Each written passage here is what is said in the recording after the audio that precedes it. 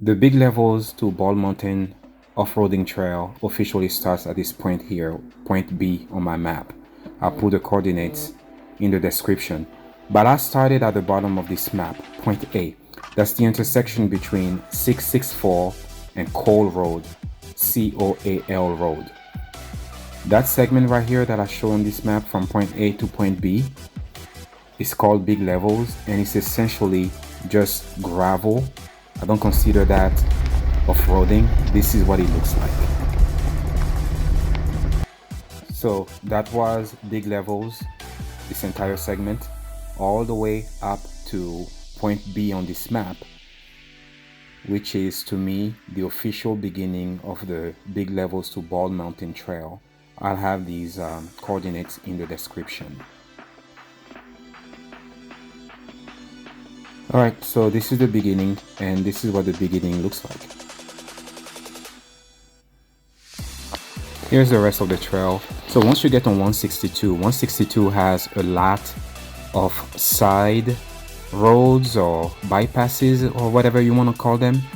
You can't see them all on the map, but when I zoom in, you can see some of them.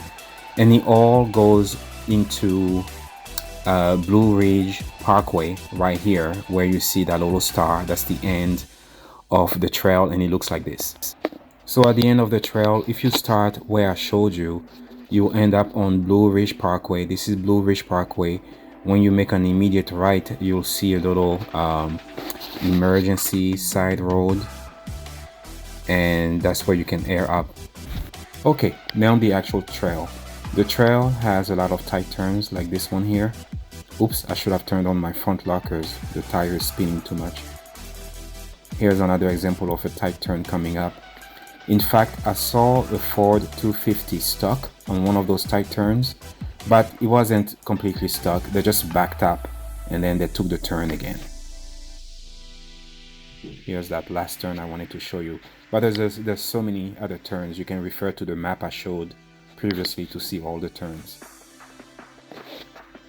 This trail is also a bit rocky, but this is not the rockiest I've ever done. It's just a little bit rocky. I'm just gonna show you two different views of the same segment. This is the first view, and here's another view of the same segment. It wasn't that bad. I have seen trails that had more rocks. I did air down, and that helped a lot. The next characteristic of the trail I want to talk about: tight passages. You're gonna get a lot of pinstripes on your paint, very minor pinstripes, but you know, if you have brand new paint, you might want to get paint protection or avoid the trail altogether. So there's a lot of tight passages like this. Some of them get tighter and tighter.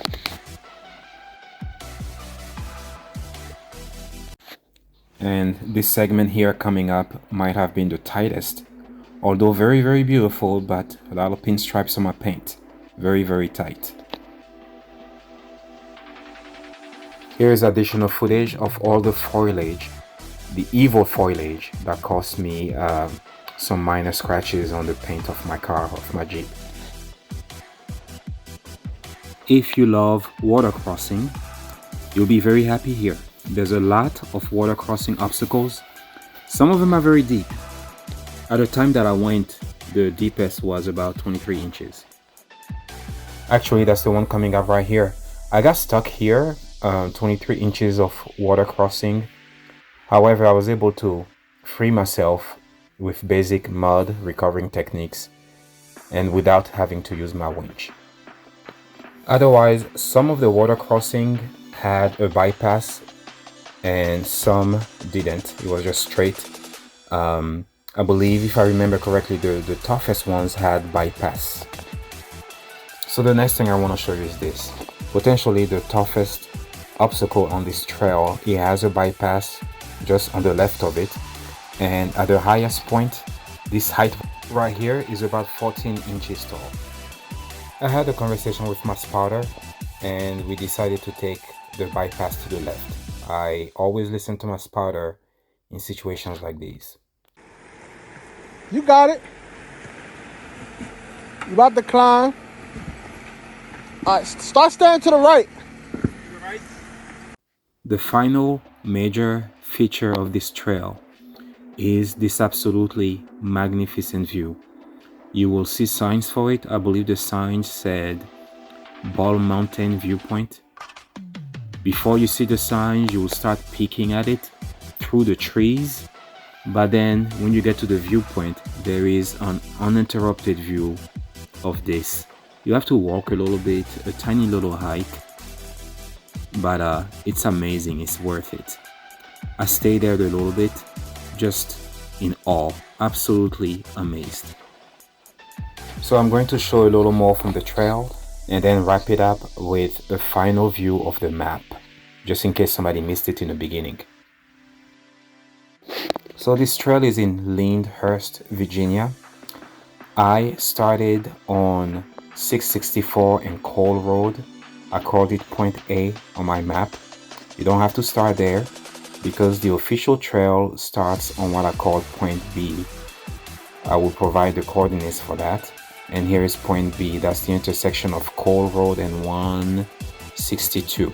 You can start anywhere you want, actually. I'm zooming around on the map to show you so you can maybe select your own reference points. But anyway, the actual trail is on 162. I'm gonna zoom into it a little bit. And there's a lot of bypasses and side roads from 162. Some of them lead back into 162. But I chose what I showed you today was the main trail, and this is where it ends.